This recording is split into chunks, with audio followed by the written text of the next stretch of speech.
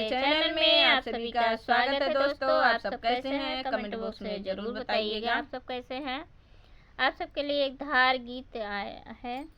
धार गीत लेकर आए हैं। अब ये इस धार गीत में भाई का नाम लिया जाता है और जीजा का नाम लिया जाता है। नाम लेकर ही ये गाना गाया जाता है। हम वैसे ही गा रहे हैं। आप सब अगर कहीं गाइएगा तो भाई का जो नाम होगा वहाँ पे भाई का नाम लीजिएगा, और जहाँ पे जीजा का नाम लेना होगा वहाँ पे जीजा का नाम ले लीजिएगा। पूछ लीजिएगा अगर नहीं मालूम होगा तो।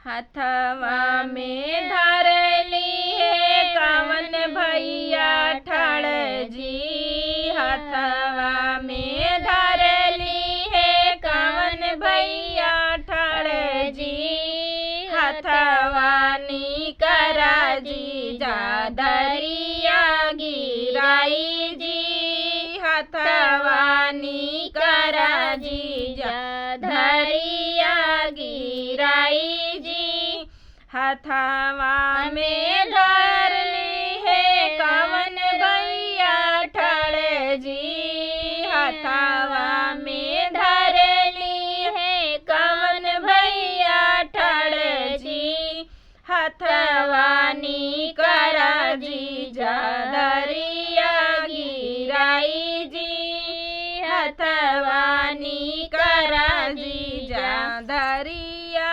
गिराई जी, हंसी हंसी कवन जी जा हथवानी करे जी, हंसी हंसी कवन जी जा हथवानी करे जी, रोई रोई कवन भैया धरिया गिरावे जी, रोई रोई कवन भैया धरिया गिरावे जी, हंसी हंसी कवन जी जा हथवानी करे जी, हंसी हंसी कवन जी जा हथवानी करे जी, रोई रोई कवन भैया धरिया गिरावे जी, रोई रोई कवन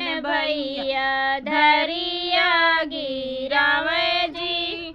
हमारा गाना कैसा लगा कमेंट बॉक्स में जरूर बताइए। मिलते हैं नए गाने साथ नेक्स्ट वीडियो में। तब तक के लिए धन्यवाद।